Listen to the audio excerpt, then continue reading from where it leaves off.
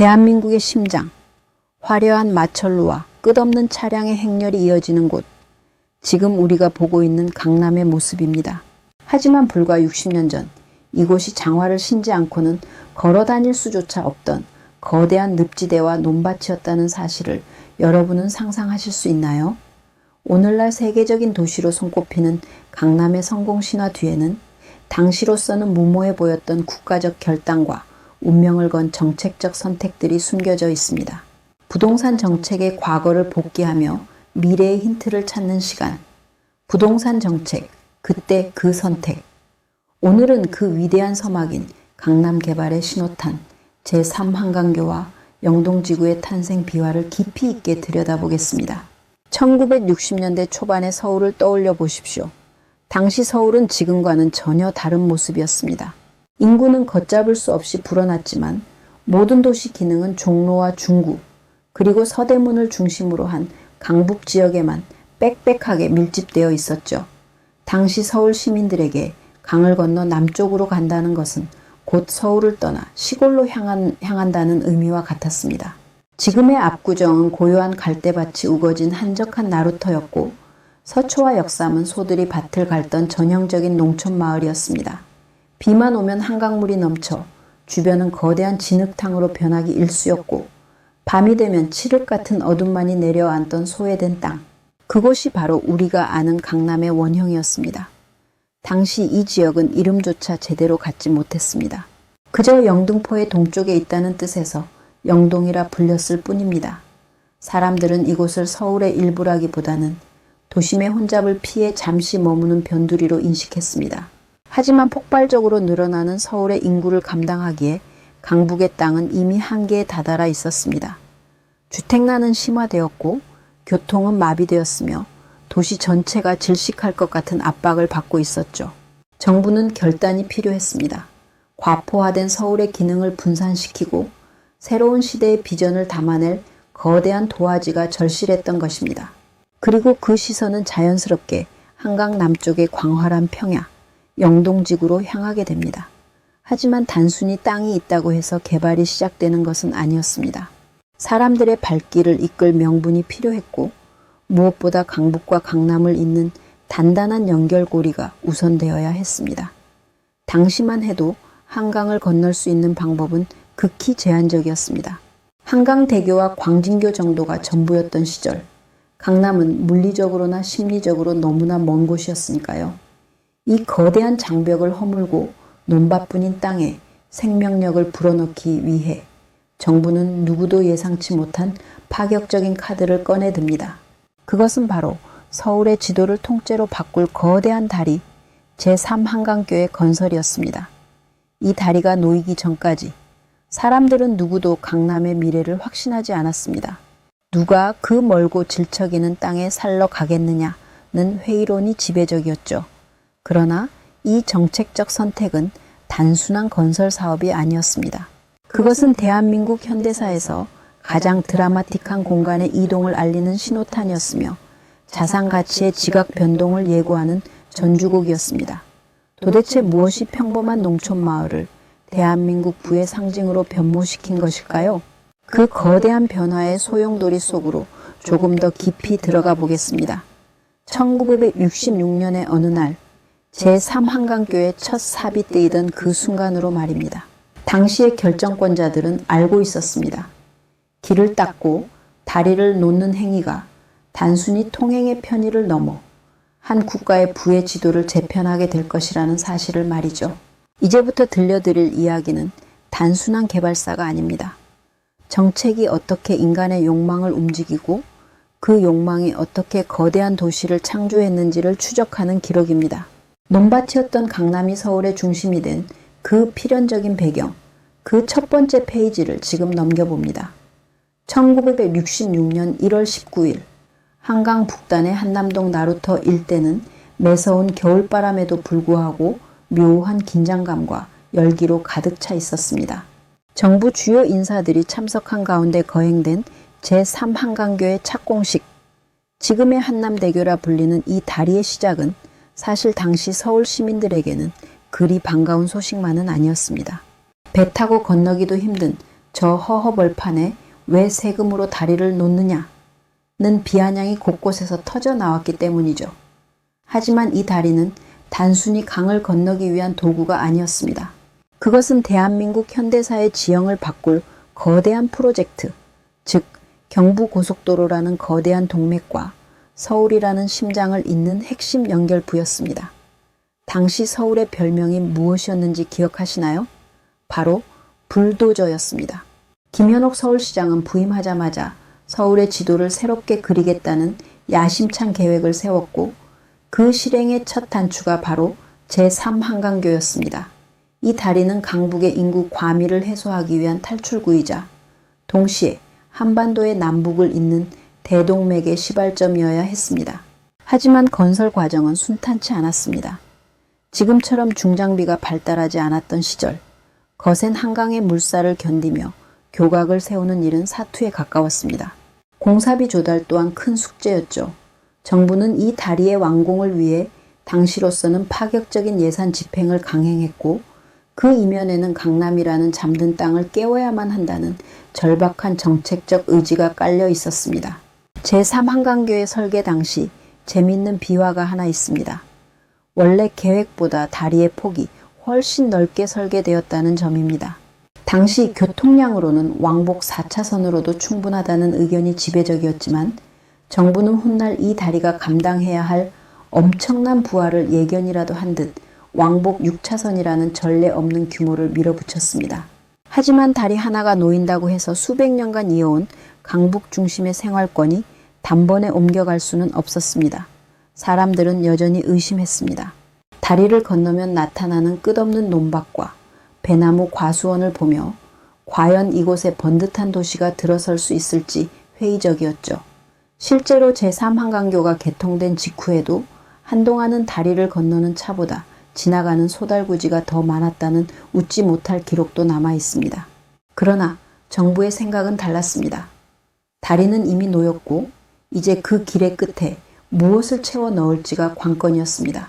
그리고 그 끝에는 우리가 지금 영동지구라 부르는 거대한 신도시 계획이 기다리고 있었습니다.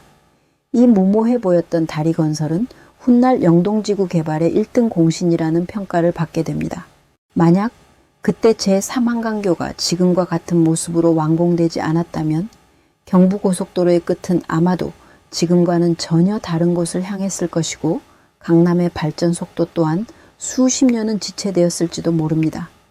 정책 결정자들의 고집스러운 추진력이 만들어낸 이 다리는 이제 강북의 낡은 정서와 강남의 새로운 욕망을 잇는 가교가 되었습니다.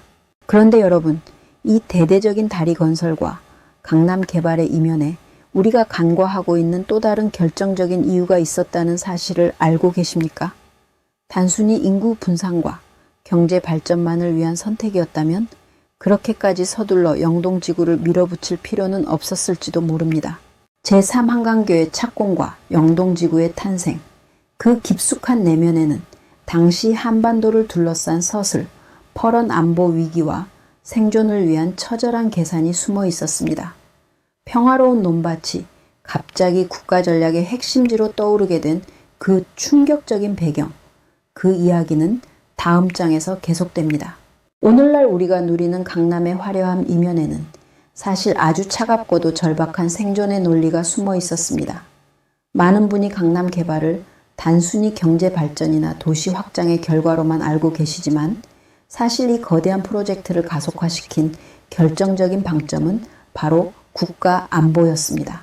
1960년대 후반, 한반도의 긴장감은 지금과는 비교할 수 없을 정도로 팽팽했습니다. 특히 1968년 1월 21일, 북한의 특수부대가 청와대 인근까지 침투했던 이른바 171 사태는 당시 정부에게 거대한 충격을 안겨주었습니다.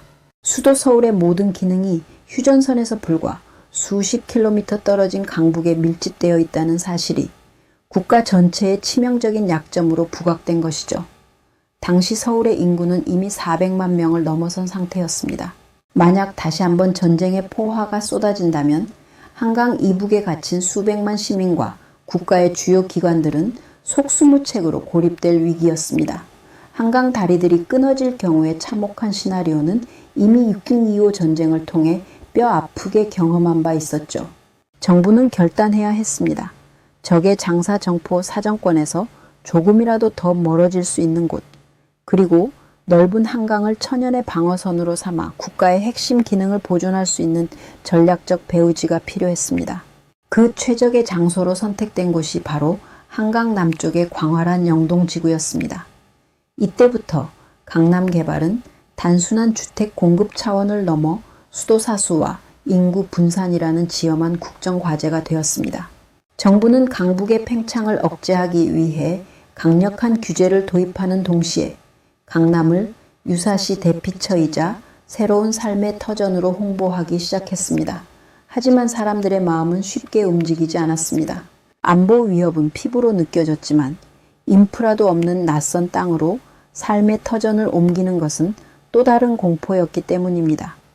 이에 정부는 더욱 공격적인 정책을 내놓습니다.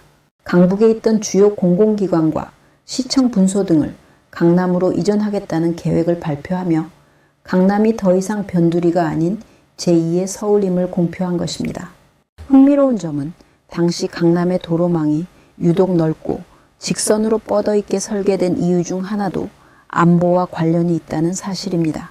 비상시 군부대의 신속한 이동을 보장하고 넓은 도로는 유사시 비행기 활주로로도 활용할 수 있도록 고려되었습니다.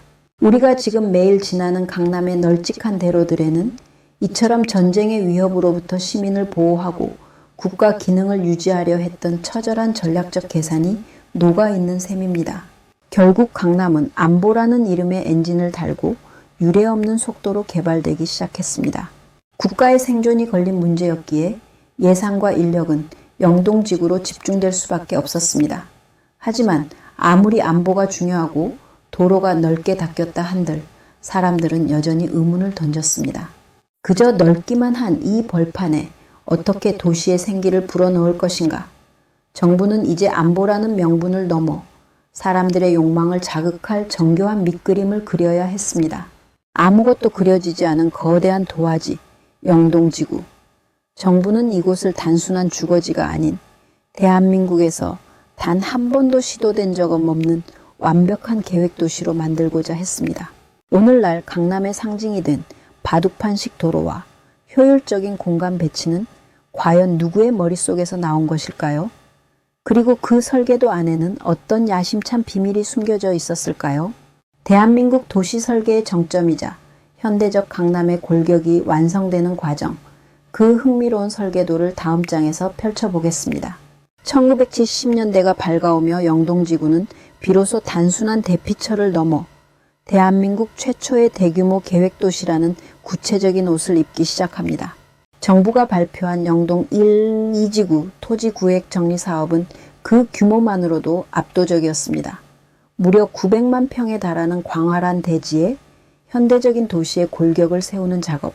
그것은 말 그대로 아무것도 없는 거대한 도화지 위에 대한민국의 미래를 그리는 청사진이었습니다. 당시 강북의 도심이 자연 발생적으로 형성되어 미로처럼 얽힌 골목길이 많았다면 영동지구의 설계 원칙은 단 하나, 바로 효율과 질서였습니다. 오늘날 강남 하면 가장 먼저 떠오르는 이미지는 무엇인가요? 바로 자로 잰 듯 반듯하게 뻗은 바둑판 모양의 도로망일 것입니다. 이 격자형 가로망은 당시로서는 매우 혁신적인 시도였습니다. 앞으로 다가올 마이카 시대를 예견하며 자동차 중심의 시원한 대로를 뚫고 그 사이사이에 주거와 상업 공간을 배치하는 슈퍼블록 개념이 도입된 것이죠. 테헤란로와 강남대로 같은 거대한 혈관들이 이때 그 밑그림이 그려졌습니다. 하지만 이 거대한 사업을 추진하는 데 있어 정부에게는 치명적인 약점이 있었습니다. 바로 돈, 즉 예산이 턱없이 부족했다는 사실입니다. 이 대목에서 한국 부동산 역사에 길이 남을 독특한 개발 방식인 토지 구획 정리 사업이 등장합니다. 정부는 막대한 보상비를 들여 땅을 사는 대신 땅 주인들에게 개발 후 가치가 높아진 땅의 일부를 돌려주는 방식을 선택했습니다. 주인들에게 일정 비율의 땅을 기부받아 도로와 공원을 만들고 남은 땅인 채비지를 팔아 공사비를 충당하는 방식이었죠. 정부는 예산 한 푼 들이지 않고 거대한 신도시를 건설하고 땅 주인들은 앉아서 자산 가치의 상승을 누리는 이른바 강남식 개발 모델의 탄생이었습니다. 하지만 이 완벽해 보이는 설계대는 한 가지 큰 빈틈이 있었습니다. 길을 닦고 땅을 정리했지만 정작 그 땅에 들어와 살아야 할 사람들의 움직임이 전혀 없었다는 점입니다. 1970년대 초반까지만 해도 강남은 여전히 먼지 날리는 벌판에 불과했습니다. 아무리 도로가 넓어도 병원 하나, 시장 하나 없는 곳에 누가 귀한 자산을 옮기고 싶었을까요? 사람들은 여전히 익숙한 강북의 품을 떠나려 하지 않았고 영동지구의 분양 실적은 참담할 정도로 저조했습니다. 정부는 당혹감에 빠졌습니다. 도시는 만들어지고 있는데 사람이 오지 않는다면 이 모든 계획은 그저 신기루에 그칠 판이었으니까요. 결국 정부는 부드러운 권유만으로는 한계가 있다는 것을 깨달았습니다. 이제는 사람들의 등을 떠밀어서라도 강남으로 보내야 하는 강경책이 필요한 시점이었습니다. 강북은 이제 그만, 무조건 강남으로 가라. 정부가 내놓은 파격적이고도 집요한 당근과 채찍은 무엇이었을까요? 수백 년간 이어온 서울의 거주 지도를 강제로 바꾸기 위해 동원된 국가의 강력한 유인책들, 그 은밀하고도 치밀한 전략들을 다음 장에서 공개합니다. 반듯한 도로가 뚫리고 거대한 땅이 정리되었음에도 강남은 여전히 차가운 정적에 휩싸여 있었습니다. 사람들은 강남을 남의 나라 땅 보듯 했습니다. 명문 학교도, 이름난 병원도, 화려한 백화점도 모두 강북에 있는데 굳이 먼지를 날리며 강을 건널 이유가 없었던 것이죠. 이에 다급해진 정부는 1973년 대한민국 부동산 역사상 유례를 찾아볼 수 없는 파격적인 법안을 통과시킵니다. 이 법의 핵심은 아주 명확했습니다. 강남으로 이사오는 사람들에게 국가가 줄 수 있는 모든 경제적 혜택을 쏟아붓겠다는 선언이었죠. 가장 강력한 당근은 역시 세금이었습니다. 당시 강남에 집을 짓거나 땅을 사는 사람들에게는 취득세와 등록세, 재산세는 물론이고 심지어 면허세까지 면제해주는 파격적인 특혜가 주어졌습니다. 세금 한 푼이 아쉬운 시절, 자산가들에게 이것은 거부할 수 없는 유혹이었습니다. 하지만 정부의 전략은 단순히 세금을 깎아주는 데서 그치지 않았습니다. 사람들이 오지 않는다면 강북의 삶을 불편하게 만들어서라도 등을 떠밀겠다는 이른바 강북 억제책이 병행되었습니다. 강북 지역 내의 신규 건축을 엄격히 제한하고 백화점이나 시장 같은 대형 편의시설의 입허가를 전면 중단시킨 것입니다. 심지어 정부는 사람들의 유흥과 여가 문화까지 강남으로 강제 이주시키려 했습니다. 당시 종로와 명동에 밀집해 있던 유명 요정과 유흥업소들에 대해 강남으로 이전할 경우 각종 영업 규제를 풀어주고 세금을 감면해주는 정책을 펼쳤습니다. 그 결과 밤이면 암흑천지였던 신사동과 논현동 일대의 화려한 넌사인이 하나둘 켜지기 시작했습니다. 돈과 사람이 모여드는 곳에 유흥이 생기는 것이 일반적인 순리라면 당시 강남은 정책의 힘으로 유흥을 먼저 심어 사람을 불러 모으는 기묘한 풍경이 연출된 것입니다. 정부의 이러한 집요한 강남 밀어주기는 조금씩 효과를 거두기 시작했습니다. 세제 혜택을 노린 기업들이 하나둘 사옥 부지를 물색하기 시작했고 눈치 빠른 자산가들은 강남의 벌판이 예사롭지 않다는 것을 직감했습니다. 국가가 저렇게까지 밀어주는데 설마 망하겠느냐는 심리가 확산되면서 드디어 강남의 땅값이 꿈틀거리기 시작한 것입니다.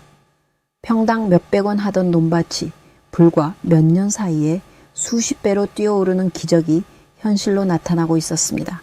하지만 이런 파격적인 혜택과 유흥시설의 이전만으로는 해결되지 않는 근본적인 문제가 있었습니다. 바로 가족이었습니다. 자산가와 중산층의 발길을 완전히 붙잡아두기 위해서는 그들의 가장 예민한 부분, 즉 자녀 교육 문제를 건드려야 했습니다. 아무리 세금이 싸고 반문화가 화려해도 아이들의 학교가 강북에 있는 한 강남은 그저 잠시 머무는 곳일 뿐이었기 때문입니다. 대한민국 부모들의 교육료를 정책의 도구로 활용하기로 한 정부. 그들은 마침내 누구도 예상치 못한 최후의 승부수를 던집니다. 강북의 자존심이자 권력의 상징이었던 소위 명문 학교들의 뿌리를 통째로 뽑아 강남으로 옮기는 초강수였습니다.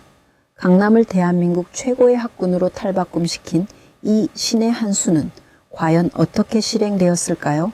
부동산 불패 신화의 핵심인 파락군의 탄생 비화가 다음 장에서 펼쳐집니다. 정부의 파격적인 세제 혜택과 인프라 구축에도 불구하고 당시 서울의 상류층과 중산층은 선뜻 강을 건너지 않았습니다. 그들에게는 경제적 이익보다 훨씬 더 중요한 가치가 있었기 때문입니다.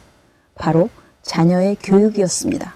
당시 서울의 교육 지형은 종로와 정동을 중심으로 한 강북 도심에 완고하게 고착되어 있었습니다.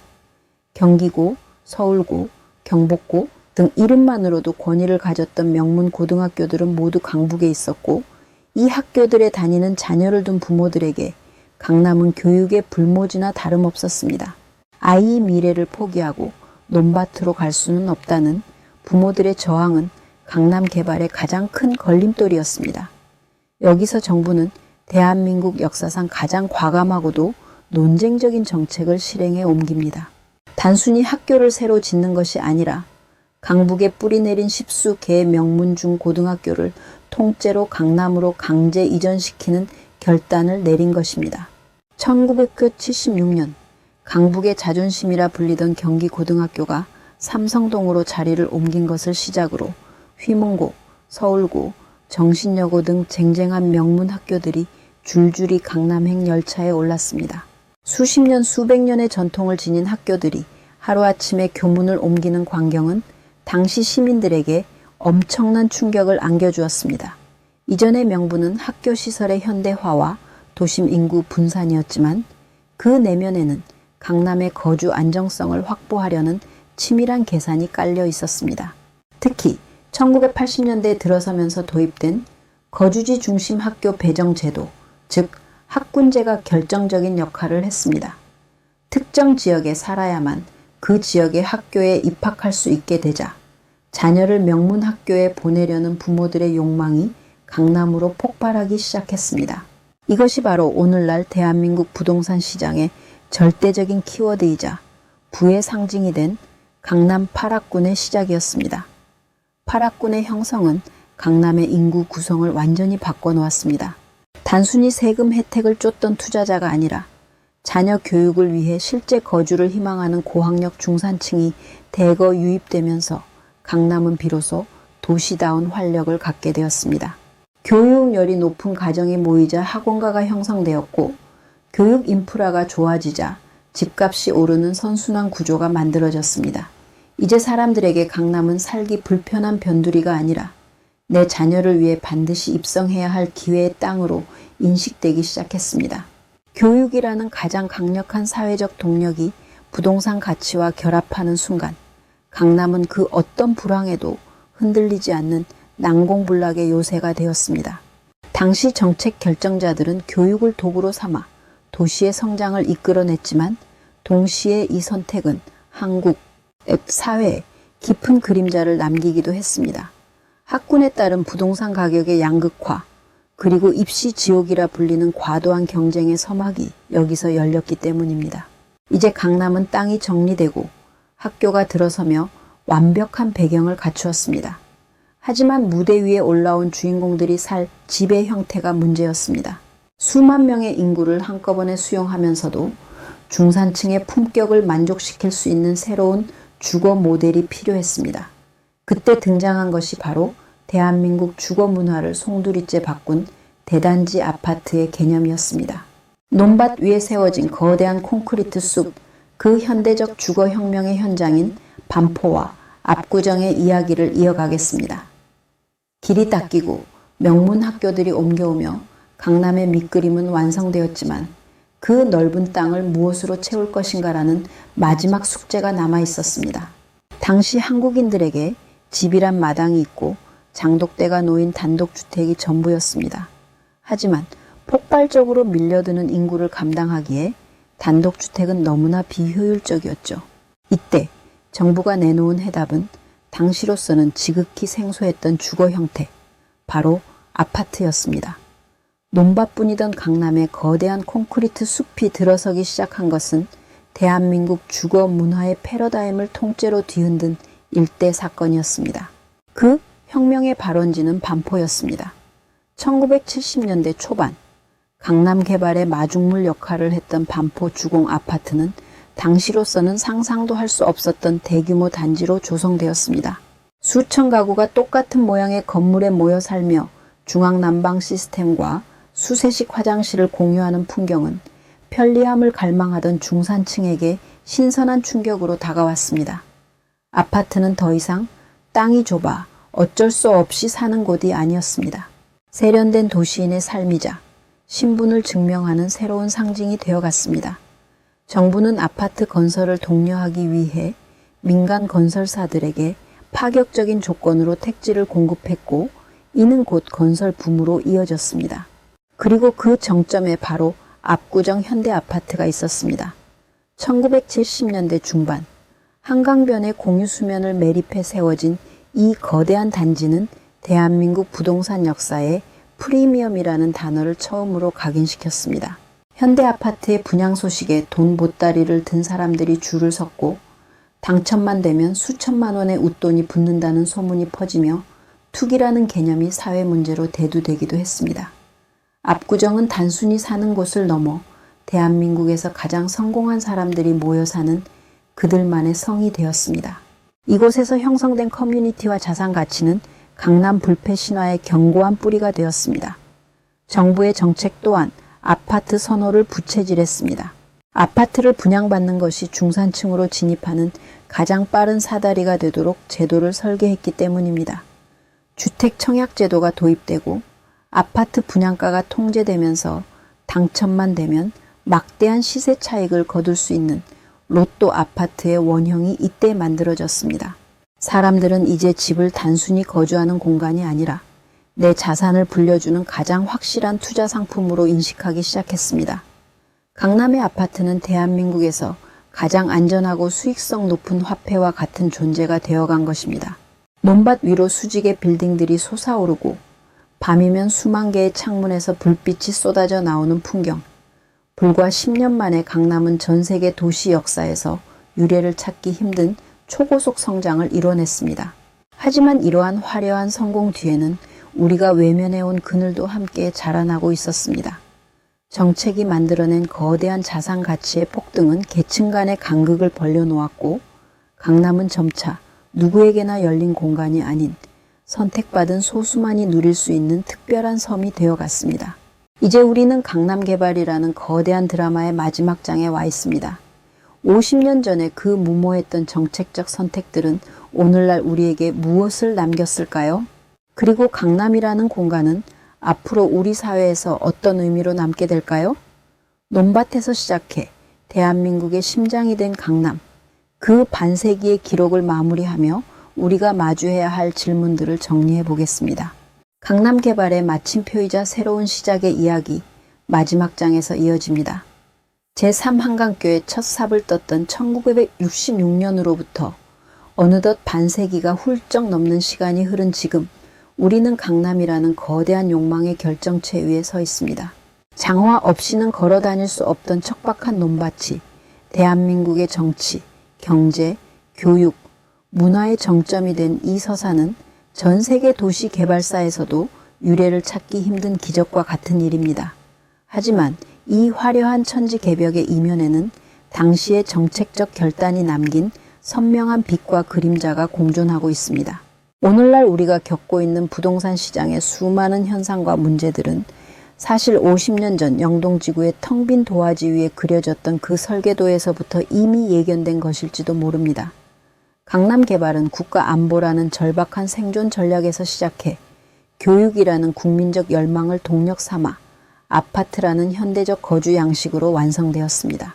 당시 정부가 던진 제3한강교 건설, 명문고 강제 이전, 세제 혜택이라는 파격적인 카드들은 톱니바퀴처럼 맞물려 돌아가며 강남 불패라는 견고한 신화를 만들어냈습니다.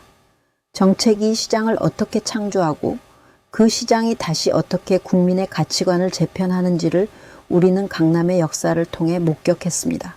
이제 강남은 단순한 행정구역을 넘어 한국인들에게는 성공의 지표이자 자산 가치의 척도가 되는 하나의 상징적 영토가 되었습니다. 그러나 강남의 성공은 우리 사회에 무거운 숙제도 함께 남겼습니다. 특정 지역에 집중된 자원과 부는 지역 간의 양극화를 심화시켰고 파락군으로 상징되는 교육 인프라의 편중은 입시 경쟁을 더욱 치열하게 만들었습니다.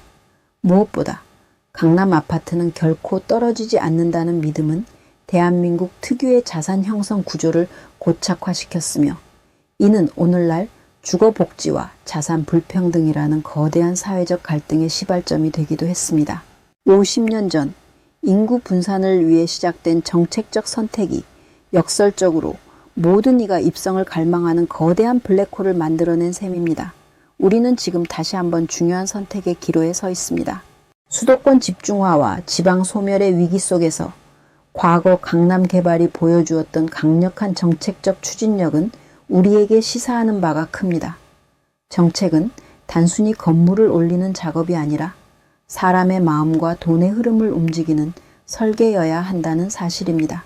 1970년대 영동지구 개발을 이끌었던 그 과감한 결단들이 오늘날의 강남을 만들었듯 지금 우리가 내리는 정책적 선택들은 또 다른 50년 뒤 대한민국의 지도를 어떻게 바꿔놓게 될까요?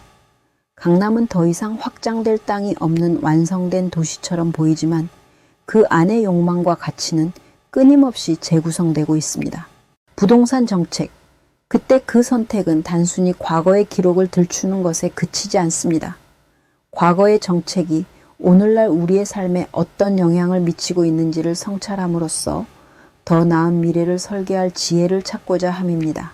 논밭이었던 강남이 서울의 중심이 된 그 드라마틱한 배경 속에 숨겨진 정책적 함의를 이해할 때 비로소 우리는 요동치는 부동산 시장의 본질을 꿰뚫어 볼 수 있을 것입니다. 반세기 전 제3한강교를 건너던 소달구지가 람보르기니와 페라리로 바뀐 오늘날의 강남. 이 화려한 마천루의 숲에서 여러분은 어떤 미래를 읽고 계십니까? 정책은 시대를 비추는 거울이자 미래를 여는 열쇠입니다. 강남 개발의 신호탄이었던 제3한강교와 영동지구의 이야기가 여러분의 투차랑과 삶의 통찰에 작은 미랄이 되었기를 바랍니다. 부동산 정책, 그때 그 선택. 다음 시간에는 또 다른 역사의 변곡점이 된 정책적 결단의 순간을 찾아가겠습니다. 시청해 주셔서 감사합니다.